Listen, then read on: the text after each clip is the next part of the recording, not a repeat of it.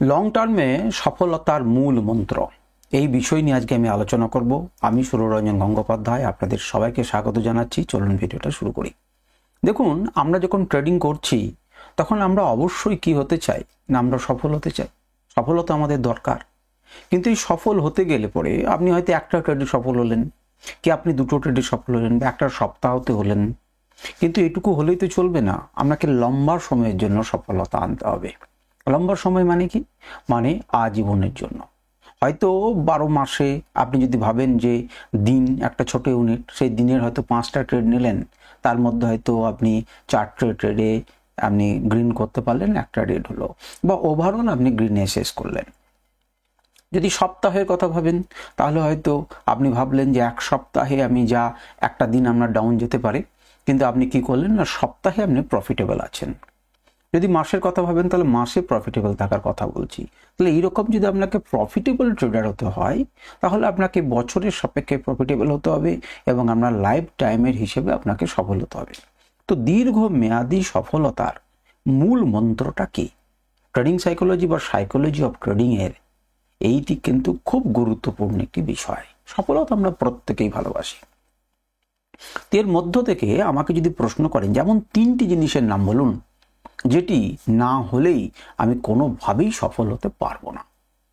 এই 3টে জিনিস কিন্তু বাইরে থেকে আপনাকে কিছু কিনে আনতে হবে না, আপনার মধ্যেই রয়েছে, খালি সাজিয়ে গুছিয়ে ঠিক করে দিতে হবে। কি কি সেই জিনিস? 1 নাম্বার হচ্ছে সঠিক কৌশল। আপনাকে সঠিক কৌশল জানতে হবে। এখন এই সঠিক কৌশল বলে দিলেই বিপদ। সঠিক কৌশল কি 4টিখানি কথা নাকি? সঠিক কৌশল অনেক বড় বিষয়। হ্যাঁ ঠিকই, সঠিক কৌশল কিন্তু আপনাকে শিখতেই হবে। এখন দেখুন, কেউ কেউ অনেক সময় আমাকে কমেন্ট করেছেন, আমি দেখলাম চ্যানেলে, যে স্যার একদম সঠিক এন্ট্রি, সঠিক এক্সিট এবং সঠিক স্টপ লস নিয়ে একটি ভিডিও করুন। প্রত্যেক সময়ে আমার অবস্থার পরিবর্তন ঘটবে, সুতরাং আমি যদি একটা জিনিসের সাপেক্ষে দেখায়ও, আপনাকে অন্য জিনিসের সাপেক্ষে করতে শিখতে হবে। তার মানে কি, পরিবর্তনশীল অবস্থাতে মার্কেটে যখন যখন নতুন নতুন যেমন যেমন সিচুয়েশন আসবে তখন কিন্তু আমাকে তেমন করতে হবে। যদিও এর প্রকৃত স্টপ লস নেবার হয়তো একটি উপায় বলে দিলাম, কিন্তু এন্ট্রি আপনি কোন জায়গাতে নেবেন তার মানে আমাকে কৌশলটা ঠিক করতে হবে। আপনি এক্সিট কখন করবেন, বিভিন্ন জিনিসে আপনাকে বিভিন্ন রকম রেশিও থাকে, রিস্ক নেওয়ার রেশিও থাকে। তো সুতরাং এটাকে কিন্তু আপনাকে শিখতে হবে এবং পরিবর্তনও করতে শিখতে হবে, যে কখন কখন নতুন সিচুয়েশন অনুযায়ী আমাকে পরিবর্তন করতে হবে। সেটা কীরকম? যেমন মনে করুন আমি বুঝলাম যে এর উপরে গেলে সাধারণত 1:3 পাওয়া যায়, কিন্তু দেখলেন যে আজকে মার্কেট সাইডওয়েজ, কিন্তু এই মার্কেট যে সাইডওয়েজ এটা বুঝবেন কিভাবে? তাহলে এই পরিবর্তনশীল পরিস্থিতিকে আপনাকে অভিজ্ঞ হতে হবে, আপনাকে দেখতে হবে, বেশি বেশি চার্ট অ্যানালিসিস করতে হবে। আপনি কারোর কাছে শিখছেন বা অন্য কোনো জায়গাতে শিখছেন বা আপনি ইউটিউব থেকে শিখছেন, কিন্তু আলটিমেটলি আপনাকে কৌশলটাকে আয়ত্ত করতেই হবে। সঠিক কৌশল একটি দারুণ গুরুত্বপূর্ণ কথা। আপনাকে কেউ একটা স্ট্র্যাটেজি দিয়ে দিল, কিন্তু সেটা সঠিক কিনা, আপনি তার সঙ্গে যেতে পারছেন কিনা, পরিবর্তনশীল মার্কেটের সঙ্গে সেটি কাজ করছে কিনা, এবং আরও ওটি কিন্তু আপনার এমন হতে পারে না যে এটিকেই মানলে পরে আপনার পৃথিবীর সমস্ত সমস্যার সমাধান হয়ে যাবে, তা কিন্তু হয় না। পরিবর্তনশীল অবস্থাতে সেই সিস্টেমটাকে, সেই স্ট্র্যাটেজিটাকে পরিবর্তন করতেও আপনাকে শিখতে হবে। সুতরাং সঠিক কৌশল অত্যন্ত গুরুত্বপূর্ণ। এই বিষয়টিকে নিয়ে কিন্তু প্রচুর প্রচুর প্রচুর প্রচুর ভিডিও করা যায়, কারণ করার প্রয়োজন আছে। এটাই তো আপনাকে শিখতে হবে, সঠিক কৌশলটা কি বিভিন্ন রকম সিচুয়েশনে। এখন আমি বললাম যে দেখুন এইরকম ট্রেড হলে পরে আপনাকে বেশ খানিকক্ষণ অপেক্ষা করতে পারেন, কারণ আপনি দেখতে পাচ্ছেন যে একটা ভালো বুলিশ ক্যান্ডেল তৈরি হয়েছে, চলনটা ভালো লাগছে। ওয়াইলাস আবার সেই কন্ডিশনটাই ঘটছে, কিন্তু চলনটা অতটা ভালো লাগছে না।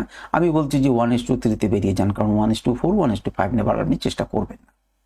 তাহলে এই যে জিনিসটা আপনাকে বুঝতে হবে, তার চলন অনুযায়ী সবকটাই হয়তো ব্রেকআউট দিচ্ছে, কিন্তু সবাইকে একই রকম মুভ দিচ্ছে না। সুতরাং সঠিক কৌশল হচ্ছে প্রথম গুরুত্বপূর্ণ, এবং তার অজস্র ভাগ আছে। এটিকে বুঝলে পরেই অনেকখানি মার্কেটকে বোঝা হলো। তাহলে যে জিনিসটা দীর্ঘমেয়াদীতে আপনি সফলতা কামনা করছেন, তাহলে মার্কেট যখন পরিবর্তন হচ্ছে, কখনো সাইডওয়েজ থাকছে, লম্বা টাইম ফ্রেমের সাপেক্ষেও কিন্তু মার্কেট সাইডওয়েজে থাকে, যেমন করে দিনের সাপেক্ষে থাকে। সুতরাং সেই সময় আমি বেশি লাভ করলে চলবে না। ট্রেন্ডিং মার্কেট একটা যে দিক ধরে নিচ্ছে, হয় নেগেটিভ কিংবা পজিটিভ, অনেক বেশি ইনকাম হতে পারে। সুতরাং সঠিক কৌশল, এটিকে নিয়ে ভবিষ্যতে কোনোদিন হয়তো আরও বিশদ আমি বলবো, কিন্তু পারফেক্ট স্ট্র্যাটেজি আপনাদেরকে আমি দিতে পারবো না। কারণ হচ্ছে যারা প্রিমিয়াম মেম্বার তারা তো ধরুন অবশ্যই বেশি প্রায়োরিটি পাবেন। যারা পয়সা দিয়ে শিখছেন তাদেরকে কেন আমি ঠকাবো না, কিন্তু আপনাদেরকে আমি অনেক কিছু বলবো, ধীরে ধীরে চলতে চলতে বলবো, যেটা জানলে পরে আপনার কিন্তু ট্রেডিং করা সহজ হবে অপেক্ষাকৃত, আপনি যদি শুনতে থাকেন। দ্বিতীয় নাম্বার হচ্ছে ধৈর্য। ধৈর্য আপনার চাই, আপনাকে ধৈর্য শিখতেই হবে। আমি বারে বারে বিভিন্ন ভিডিওতে ধৈর্য নিয়ে বলেছি, ধৈর্য নিয়ে আমার বড় ভিডিও করার ইচ্ছা আছে, যে ধৈর্য আমি কখন ধরবো। সাধারণত যারা লস মেকিং ট্রেডার হয় তারা লসে ধৈর্য ধরেন। 2000 গেছে, কি হয়েছে, 2000 যাক, আরো যাক, আরো যাক, আরো যাক, আরো যাক, এবার মার্কেট ঘুরবে, এবারে মার্কেট ঘুরবে। তাদের লস তাদেরকে বিচলিত করে না, বিচলিত করে তাদেরকে লাভ। যখন হবে না 2000-3000 হলো, কারণ এত বেশি তারা লস করে থাকে, যখন 2000 টাকাই কিন্তু তাদের কাছে অনেক বড় কথা, 3000 টাকাই কিন্তু অনেক বড় কথা। ছোট্ট প্রফিট তার কাছে একটা বড় ইস্যু, যে আমি অন্তত প্রফিটেবল হলাম। কারণ প্রফিটেবল সে দীর্ঘদিন হয়নি, সুতরাং প্রফিট হলেই কাড়াবুড়ো করতে লাগে, তাকে ধরার চেষ্টা করে, আর এখানটায় সে ভুল করে সে বড় প্রফিট থেকে বেরিয়ে যায়। আপনারা এই কমেন্টে লিখুন যে দেখবেন সাধারণত কি হয় না, ছোট প্রফিট নিয়ে বেরিয়ে গেলেন, সেদিন আকাশে উঠে গেল। এটা কেন হয়, এই সাইকোলজিটা কেন আপনার মধ্যে গ্রো করেছে, আপনাকে সঠিকভাবে সেটাকে শিখতে হবে। যাই হোক, দ্বিতীয় নাম্বার হচ্ছে ধৈর্য। ধৈর্য শেখার অনেক জায়গা আছে, সেটাই তো ট্রেডিং, যে কোন জায়গাতে ধৈর্য ধরবো, কোন জায়গাতে ধরবো না, কখন ধরা উচিত, কখন ধরা উচিত নয়, কখন বেশি করে ধরবো, কখন কম করে ধরবো, এই সমস্ত বিশাল বিশাল ইকুয়েশন রয়েছে। আর তৃতীয় নাম্বার হচ্ছে ঝুঁকি ব্যবস্থাপনা। ঝুঁকি ব্যবস্থাপনার ইংরাজিটা আপনারা সবাই শুনেছেন, আমি বাংলাতে ইচ্ছা করেই বললাম, সেটা হচ্ছে রিস্ক রেওয়ার্ড। রিস্ক ম্যানেজমেন্টটা কিন্তু আমাকে ভালোভাবে জানতে হবে।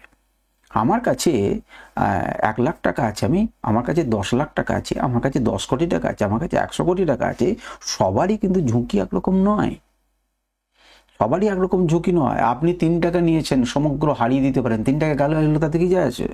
কিন্তু আপনার কাছে 3 কোটি টাকা থাকলে আপনি 3 কোটি হারিয়ে দিতে পারেন না, কারণ ওটাকে রিকভারি করতে আপনি পারবেন না, বহুত কষ্ট হবে, তার জন্য আমরা বড় ব্যাকআপ চাই। সুতরাং ঝুঁকি ব্যবস্থাপনা কিন্তু আলাদা জিনিস। সুতরাং আপনাকে যদি দীর্ঘমেয়াদে সফল হতে হয়, আশা করি আপনি ট্রেডিং করতে এসছেন, ইনভেস্টমেন্ট করতে এসছেন, সেটা কালকে শেষ হয়ে যাবে না, সেটা আপনি লম্বা টার্মে আসছেন। চুপ করে আজকে যখন রাত্রিবেলা হবে, মার্কেট তো শেষ হয়ে গেছে, আজ যখন রাত্রিবেলা হবে তখন নিশ্চিন্তে ঠান্ডা মাথাতে আপনি ভাবতে বসবেন। আপনি ভাববেন যে কিভাবে আমি দীর্ঘমেয়াদে সফলতা অর্জন করতে পারি, কি কি আমার ত্রুটি হচ্ছে, কি কি আমার প্রয়োজন, আমার কি শেখার প্রয়োজন, না আমি শিখে গেছি। অনেস্টলি উত্তর দেবেন। লোককে ঠকাতে পারেন কিন্তু নিজেকে ঠকাবেন না। আমার মধ্যে কি সত্যিকারের সঠিক কৌশল জানা আছে, আমার মধ্যে কি ধৈর্য রয়েছে, আমি কোন সময় ধৈর্য ধরছি, ভুল সময় ধৈর্য ধরছি না তো।